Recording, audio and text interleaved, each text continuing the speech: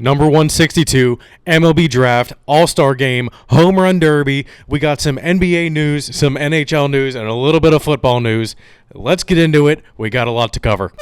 Recorded in central Pennsylvania in front of a live studio audience with your host, Ian DiCarlo, this is Hoagies and Pierogis.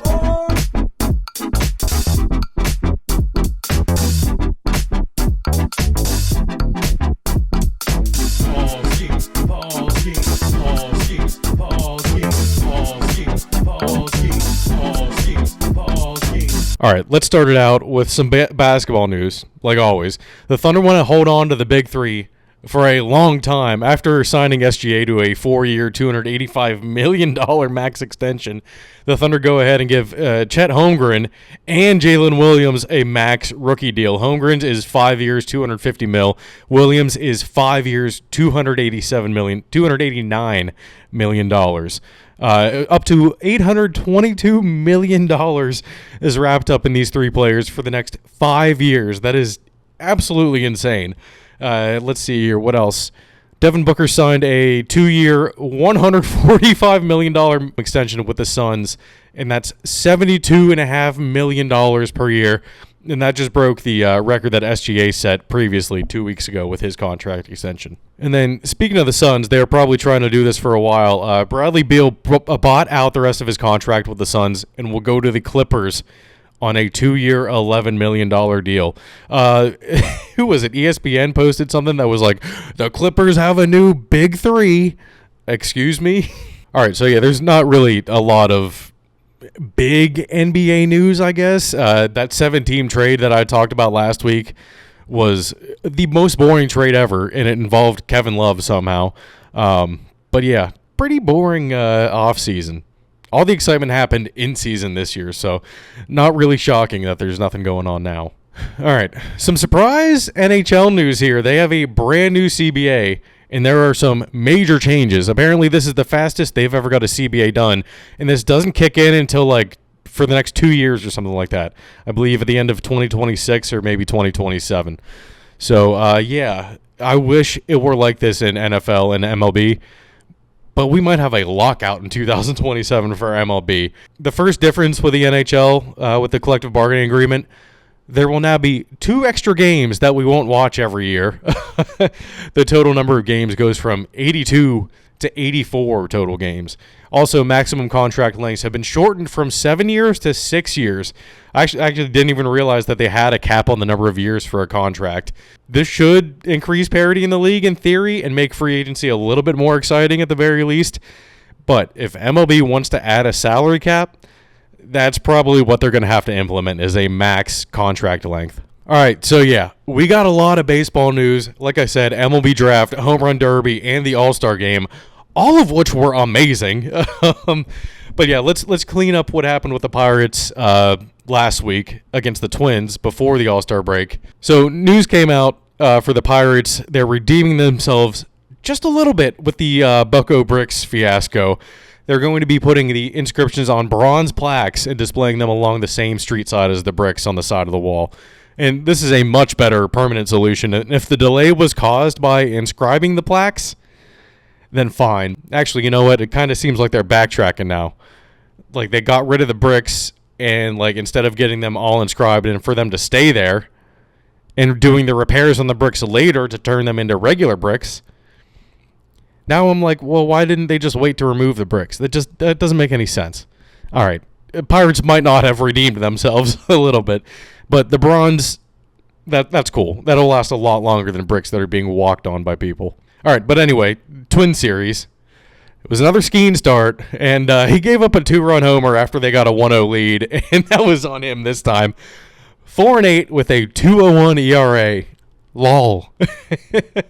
Hey, at least I won out of one Paul Skeens All-Star card in MLB The Show this week after 5 of 5ing his cover card. Let's fucking go. I didn't think I'd be able to 1 out of 1 any card this year. Someone got to that other Skeens card pretty fast, but I was right on it at 3 o'clock. Actually, 3:01 the game loaded up, and I was ready. I got it done in 2 hours since it had double PXP. Got it done right after 5 o'clock. So, yeah, like I said, they lost that skiing start. And that was a 7-game losing streak after. And then game 2 of the series marked 8 losses in a row after Burrows got ripped apart for 6 runs in less than 2 innings. And Byron Buxton hit a home run in his last at-bat for the cycle. It was 12-4 Twins. It was funny.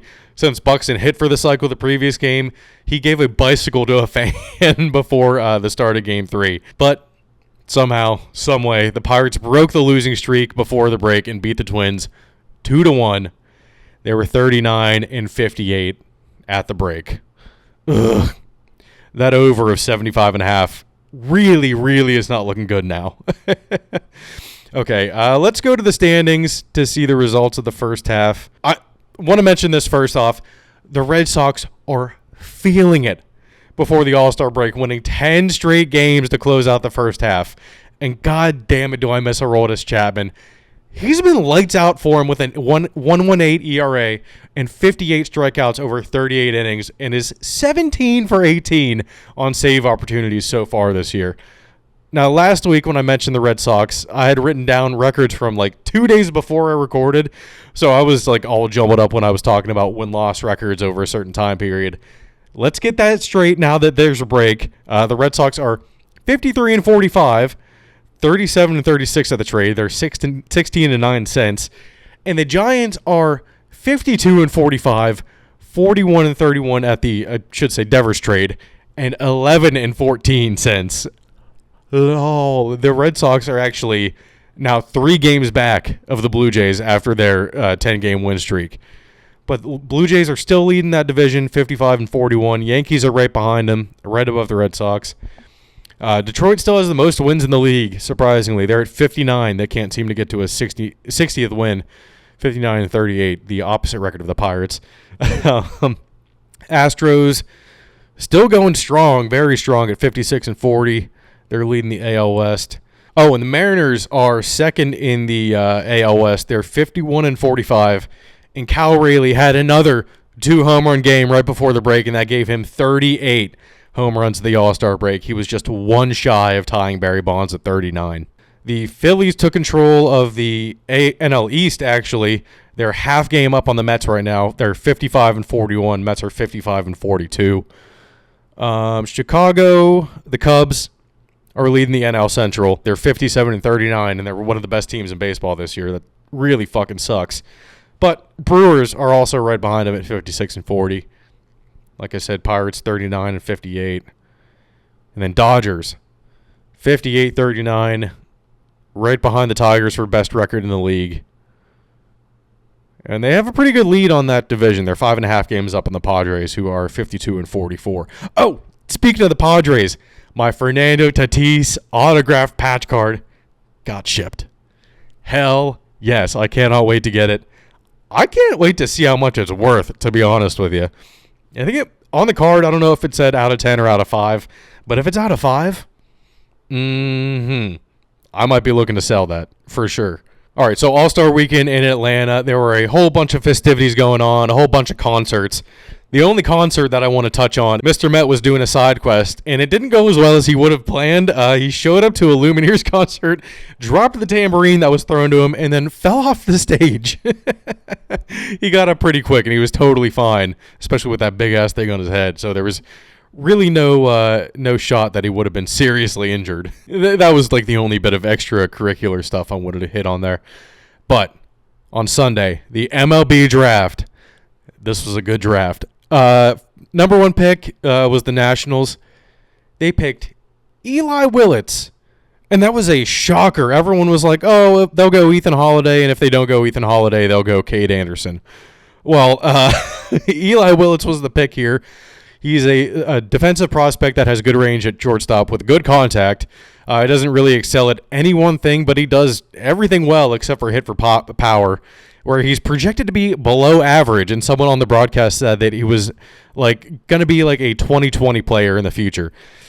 I don't know if that's exactly the type of ceiling you want to pick at number 1. At the very least, he's a good defender that will be able to hit his way to the majors and be a decent utility guy at the very least, being a switch hitter. This has shades of Dansby Swanson at the number 1 pick a while back, though. but at the high school level. This is more of a safe pick, and he will probably sign for under slot. He was number 5 on Fangraphs board. Number 2 pick here, actually, this might have been even more shocking. Tyler Bremner, right-hand pitcher out of UCSB. And this was not the pitcher most people expected to be off the board first. He's number 7. He was number 7 on Fangraphs board, and they say he is one of the best pitches in the draft with his changeup. This was an interesting choice over Liam Doyle or Cade Anderson, but durability might have been the concern here. He might be up fast for the Angels, and he might start in the bullpen for him, probably as soon as next year. All right, number 3 for the Mariners here. They must have been ecstatic when Cade Anderson was available when they were debating over either Seth Hernandez or someone like Ava Arquette. This was huge for them. They what was basically the consensus number 2 pick ends up getting to number 3, and they do not pass on him.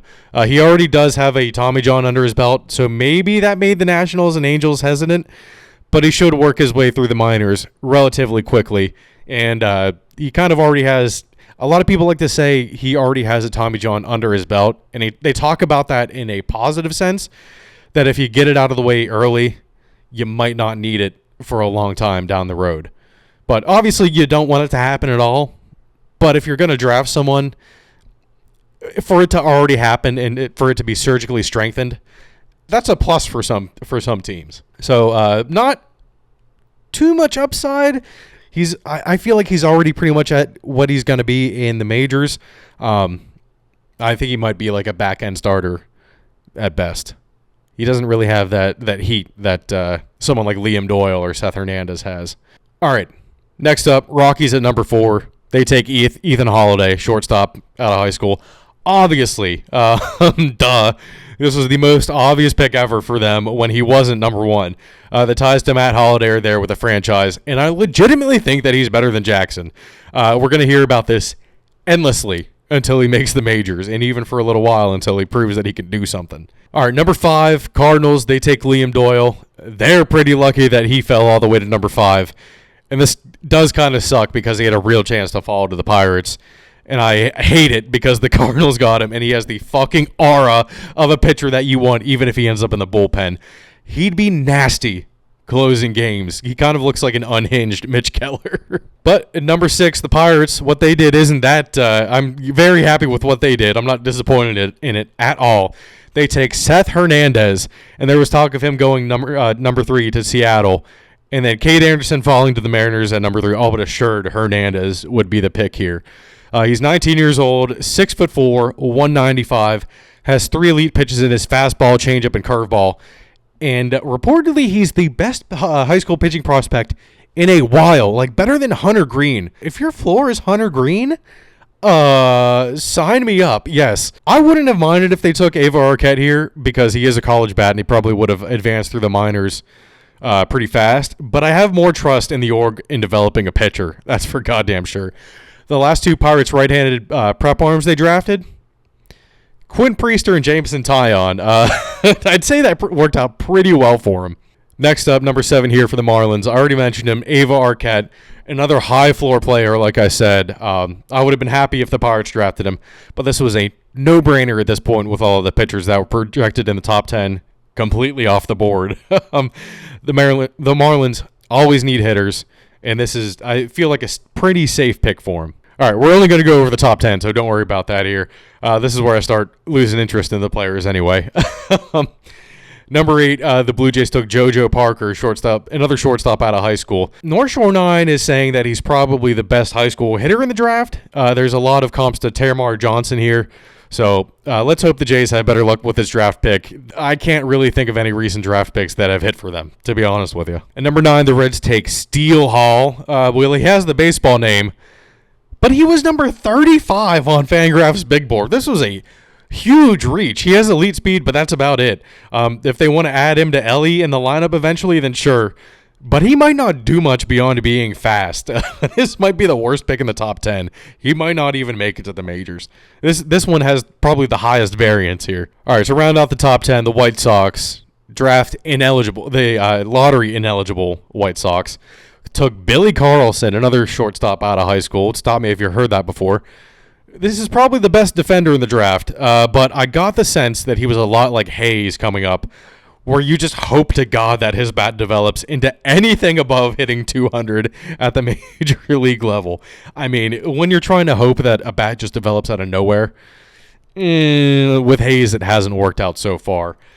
And today there have actually been rumors about Hayes being traded, but we'll get into the trades later. That's all I'm going to go over is the top 10. I will mention a few notes from the Pirates draft here, though. Overall, it was a very good draft, and they picked 3 out of the top 30 players on Fangraphs' board. Now, Fangraphs' board is wildly different than MLB.com's board, so take it with a grain of salt if you'd like. Like, they had Murph Gray at number 18 on Fangraphs' board. He was in the hundreds on MLB.com, but I will always go to Fangraphs for prospects and not MLB.com. Solid draft. They reportedly took 2 of the best high school pitchers in the draft, so I'm happy with that. The Pirates can develop pitching. They just need to start trading some of those pitchers. What the hell are you going to do? You can't just throw 20 pitchers out there. All righty, let's go. Home Run Derby is up next. Hell yes. Great intros from Pat McAfee and his sidekick, but Big Dumper's intro was the best. Straight up said that he is the fattest ass in all of professional sports. And I love it. All right, format for the first round. The top 4 move on. They get 40 pitches each, 3 minutes to do so, 3 bonus outs, 425 feet added a bonus out. James Wood hit 16. He had the juice, but he never just really got that hot. He never went on a huge streak. Brett Rooker was up next. He hit 17. I was surprised by that. He started out blazing, too. I think he hit the first 4 out, but he slowed down a lot. He still put up a fight, though, and put up 1 more than Wood did. But he seemed like a bit of a dick during this because he took warm-up pitches without anyone knowing. Like, you're not really supposed to take warm-up pitches. And they only put 40 balls in the bucket, so he wasted 2 of the balls. And he was like, well, why, like, what the hell? Like, what? Why I didn't have any balls. I didn't have any more balls to get thrown to. Yeah, because you used them. And we'll come back to Brent Rooker there for a second. Next up was Junior Caminero, and he hit 21. That was a surprise. Damn. That was impressive, but he did seem very tired afterwards. Being a righty helped him out there a little bit. But yeah, I said, let's see if he can keep it up in the second round. Well, he didn't really need to go crazy in the second round. But up next was O'Neal Cruz, 21, with a 513-foot homer, tied for the longest home run in the Derby outside of Coors. Aaron Judge did it in 2017 in Miami.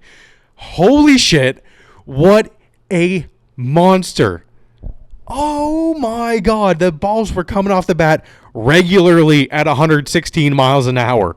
It was absurd, and all of the players around were in awe. When the players are in awe, that's when you know that he's doing something very special. Cruz was the number 1 overall seed going into the second round. But the last 4 in the first round here, Byron Buxton hit 20, and he looked high as hell, especially with the Bob Marley playing. You got to have an easy swing, and if you're high, you probably have the easiest swing of all. Okay. Next up was the total embarrassment of the Derby. Jazz Chisholm Jr. What the fuck? 3? Oh my God, that is so bad. And is the least since Robinson Cano hit 7 in 2006. He wouldn't have even won the first ever home run derby, which Dave Parker won with 6 home runs. He just kept hitting line drive after line drive, and there was absolutely no consistency in his bat path. He was interviewed afterwards, and it looked like he was hitting line drives in the locker room. Do you think you'd do it again? I told him next year, I said if I got more than 20 homers by the half next year, I'd do it again and actually try to hit homers every swing instead of, trying to keep my swing. No, it's not that I wasn't trying to hit homers. I was trying to keep my swing and hit homers instead of just trying to hit everything in the air. I was trying to keep my line drive swing and hit homers. But, it gets better. Jazz, what the fuck? Slow down. Going like crazy. Rubbing his face and like, oh. Does he have any of that pink cocaine that Diggs had? All right, next up, Cal Raleigh, number 7 hitter. 17 home runs, and he hit it from both sides. But I think he would have hit more if he had stayed on the left side. He had the same amount and the same distance as Brent Rooker. But what we didn't see on the broadcast is that they do indeed measure the inches. It was 470.55 feet for Rooker and 470.61 for Cal Rayleigh. That is 0.96 inches that put him through to the next round. And to touch on Brent Rooker a little bit and maybe confirming what I thought about him being a little bit of a dick, he was interviewed and said, "Yeah, that's interesting. I didn't. I know but we're both at 471 because that's obviously the number that they put up there. Maybe if they have it to the decimal point, they should display that during the Derby and not wait till everyone's done to bring up that information. That might be helpful." I was thinking while he was that bad for the Derby, he was being a bit of a douche, but now it is certainly confirmed. No wonder no one wants to trade for him, and he's stuck with the A's. Dude, they're not going to put the decimal point up there. What the fuck are you talking about? That is so crazy that you tied in the first place. And then Matt Olson hit 15 to round out the first round. He turned it on late, but didn't do quite enough early on. The hometown player was out. Okay, so on to round 2, the semifinals. This was the head-to-head. 27 pitches, you get 2 minutes.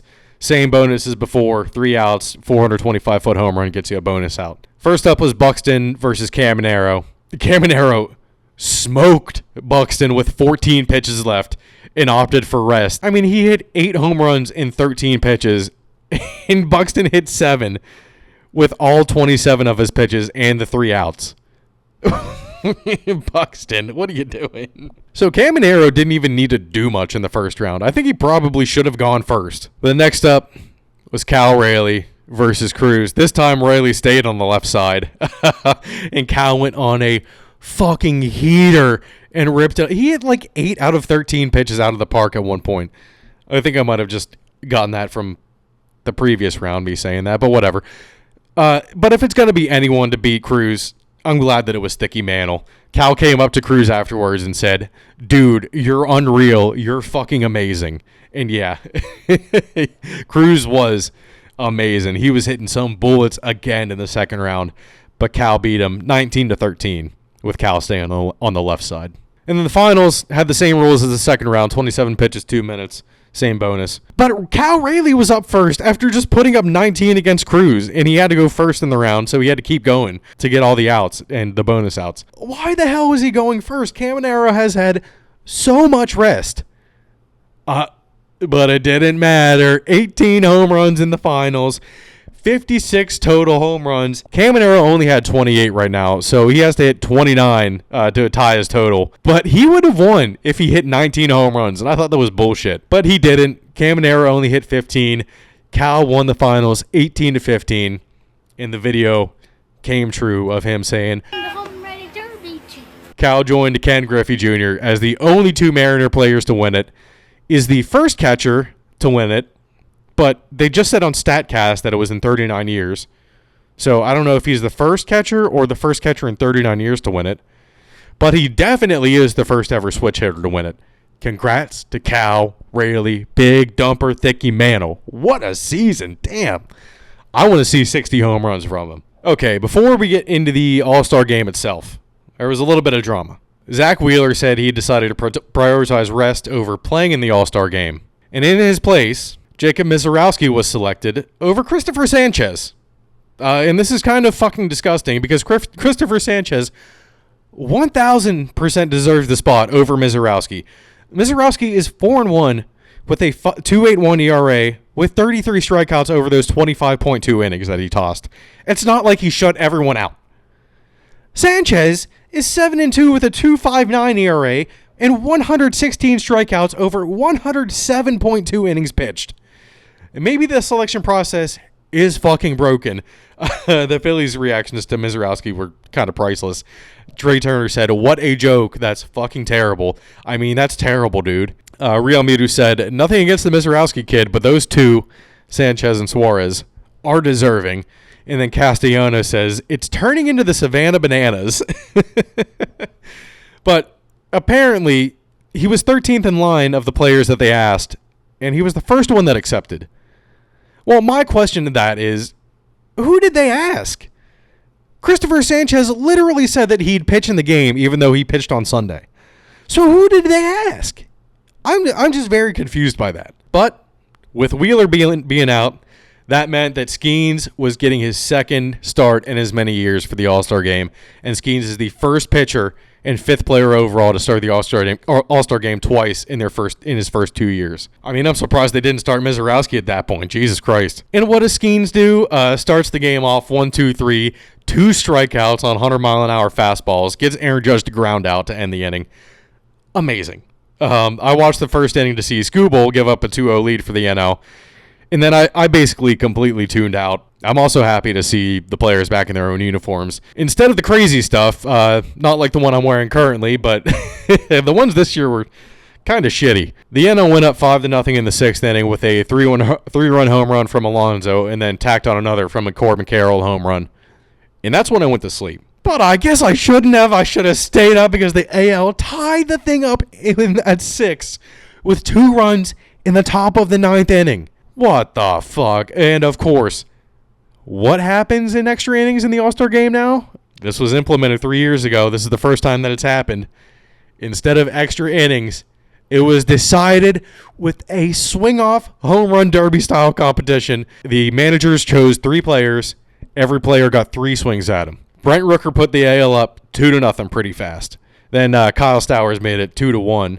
And then Randy Arozarena added an insurance run to make it 3-1 AL. Oh, man. It was looking pretty bleak for the NL at that point. But then Kyle fucking Schwarber, 3 for 3 on his swings for 3 Schwarber bombs, and the NL pulled ahead 4-3 at that point. Oh, my God. And the National League won the game 7-6, I guess, or maybe 6-6, 4-3 in extras. As what you want to call that, I guess. What an exciting way to end the game instead of a ghost runner. Oh my God.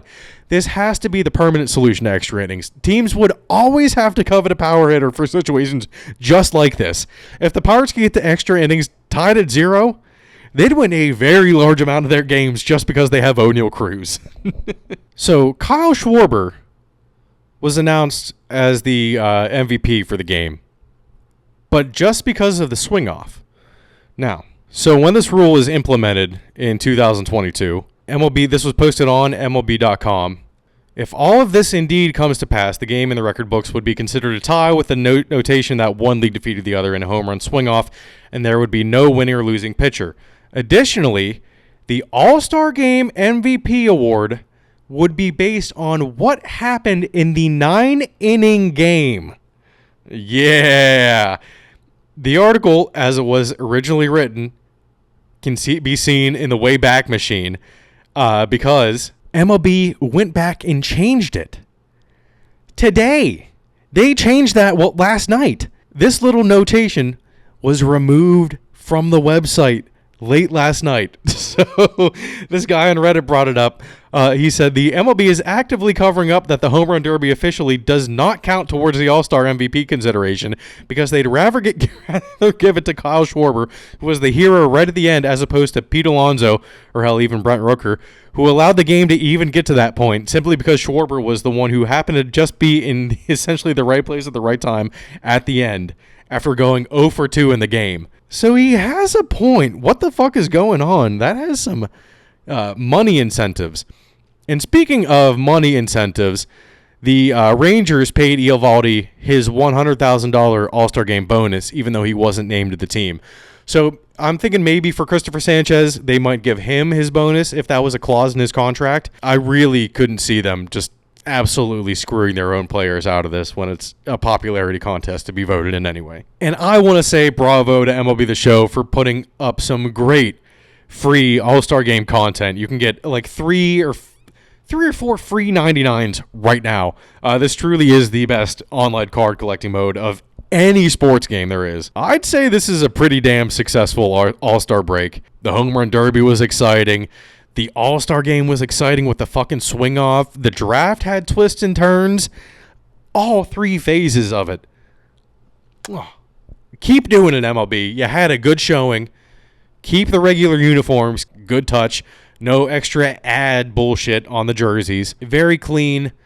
Very good presentation. Very, very successful weekend. I'll take that 100 times out of 100. I was getting so, like, my heart was pounding when Cruz was going up against Rayleigh in that second round. It was our World Series. It was the Pirates fans' World Series, that's for sure. But the trades started for the Pirates after the All-Star game, with Adam Frazier being the first one to be shipped off. And they got a younger Adam Frazier in return. It was just a meh trade. But then, like I said, Noah Hiles said that Brian Hayes is likely to be traded at the deadline, or at least that it's better than a 50-50 shot. I did kind of expect this when Cherington said that Triolo was super important to the team late last week, and I was like, oh, God, they're going to get rid of Hayes. All right, I believe that's it for baseball. Another very baseball-heavy episode this week. Let's go over some of the rest of the stuff that happened in football. Oddly enough, I just noticed this. Both of my college football tidbits have to do with Jews. The first one, it's going to be BYU no more. Jay Kretzlaff announced his withdrawal from BYU and plans to enroll somewhere else soon, completely foregoing the transfer portal. I didn't even realize that you could do that. The end of an era in Brigham Young. And then this one, this is kind of just meh news. I bet people who aren't a fan of McAfee felt the same way when he was announced to ESPN College Game Day. Dave Portnoy is going to be on Fox Sports Big Noon Kickoff, proving that Jews control media. All right, we had to have one post-4th of July fireworks incident, and Najee Harris was on the receiving end of this one. He has a superficial eye injury after an accident on the 4th of July. But from all accounts, he'll be totally fine. A coworker of mine actually had a really bad fireworks accident that left his face like disfigured right after it happened. But he looked totally normal by the end of the year, so he should be fine, as long as he didn't lose an eye or anything. It sounds like he didn't take a direct hit. But it looks like we took the right OSU running back because Judkins was giving out direct hits. He has a battery domestic violence case against him. I'm sure he's going to try to use the Aaron Rodgers defense in court. Almost doesn't count. You almost hit me, Aaron Rodgers. Almost doesn't count. Oh, speaking of Rodgers, I guess everything's going fine for the Jets after he leaves because the Jets just signed Garrett Wilson to a 4-year, $130 million extension and Sauce Gardner a day later to a 4-year, $120.4 million extension that makes him the highest paid cornerback over Stingley by $100,000.